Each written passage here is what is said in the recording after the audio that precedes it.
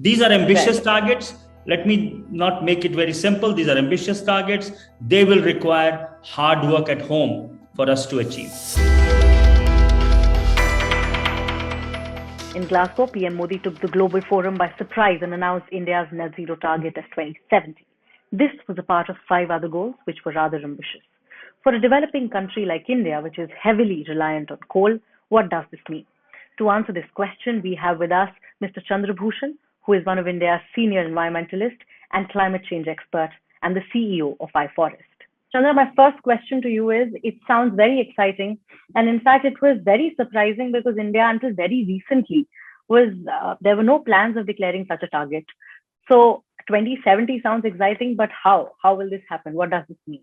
Well, one, that 2070 is about 50 years from now, which means that we have to break this 50 years target of net zero into decadal target. And that's what India has done. It has given a 2030 target, the first decade target. By the time we will be in 2025, we will give probably the target for 2035 and 2040. So while India has right now announced its target to become net zero by 2070, I'm sure by the time we are in 2030s, we will find that many of the technologies which are expensive and inaccessible now will be easily available, will be profitable for India to deploy. So will that be for the rest of the world. So the 2070 target might be preponed. So one thing is that there's nothing written in stone as far as 2070 is concerned. I believe these targets are moving targets, as we have seen. In 2015, India had agreed to install 175 gigawatt of renewable energy. It has now upped that target to 500 gigawatt.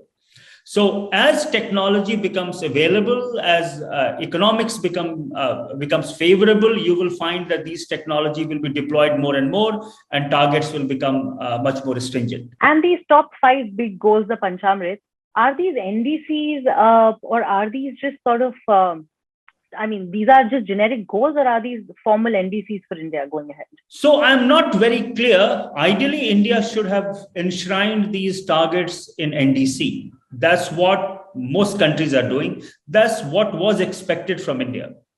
There is some legal issue in this. India has said that it does not have to revise its target, whereas rest of the world thinks it has to. And therefore, a large majority of countries have submitted a revised NDC. And my hope is that these targets will get converted into NDC and become, India's commitment to the Paris Agreement. But there is a little bit of, lack of clarity on this issue right now. Right. So also when we talk of these such huge targets, they are sort of also defining how the economy develops going forward. And Yes. We saw your tweet that we link here on the 10 things, the investments and the expansions that are supposed to follow these goals. So what will that mean? I mean, a lot of experts are also saying that this might push India on a low carbon pathway for development. Do you think that would happen? What will follow these goals now? See, India is already on a low carbon pathway. This is just that we are accelerating the speed of that pathway. For example, 500 gigawatt renewable energy and 50% of electricity supply through renewable in 2050 means that our coal power will peak much before 2030. It is in the interest of India and in the interest of Indian consumers that we move to renewables, and quicker the better. Right.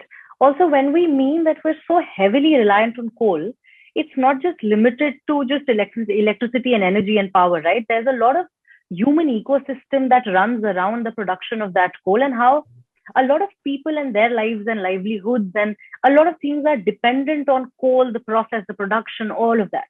So what will be the impact then not just in the coming decade, but even after that?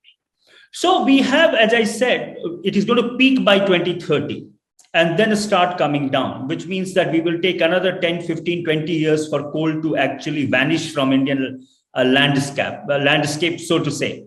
Okay. So vanish. Are you certain vanish is the word?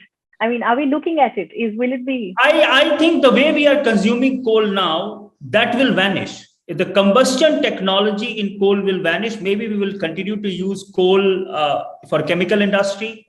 Maybe we will have coal methane, which will be available.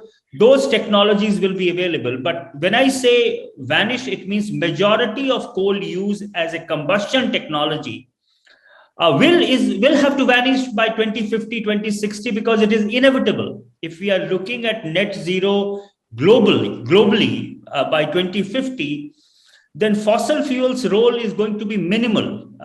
We have to live with it now. The end of fossil fuel is there in 3 to 4 decades across the world. So when I said vanish, means it will be minimally used Right. in the future. Right. So renewables by 2030, 50% of our total, and as you were telling me, it is most likely to be electricity, total electricity consumption will be renewables. So we have roughly 9 years to get there.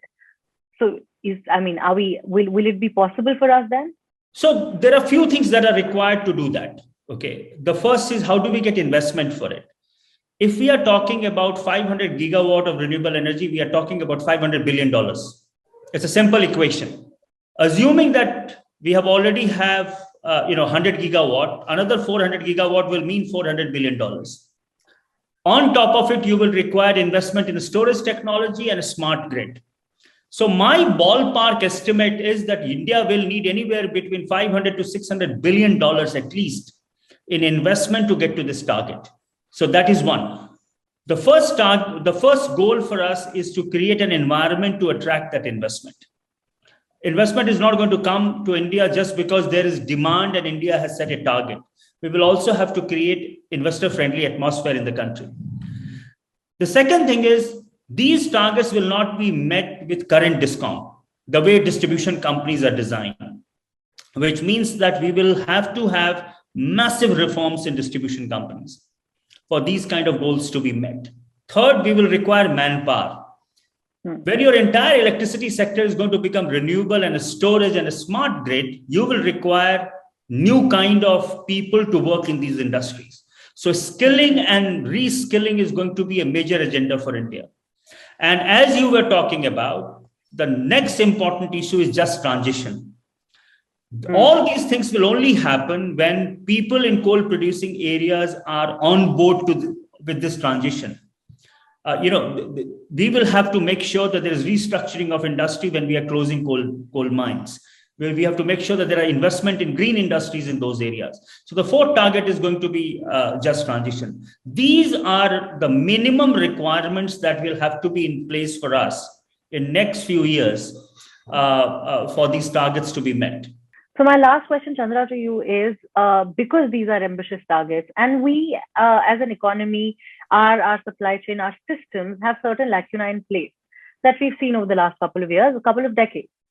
What are your biggest fears now going ahead? Because we suddenly have like a massive agenda ahead of us.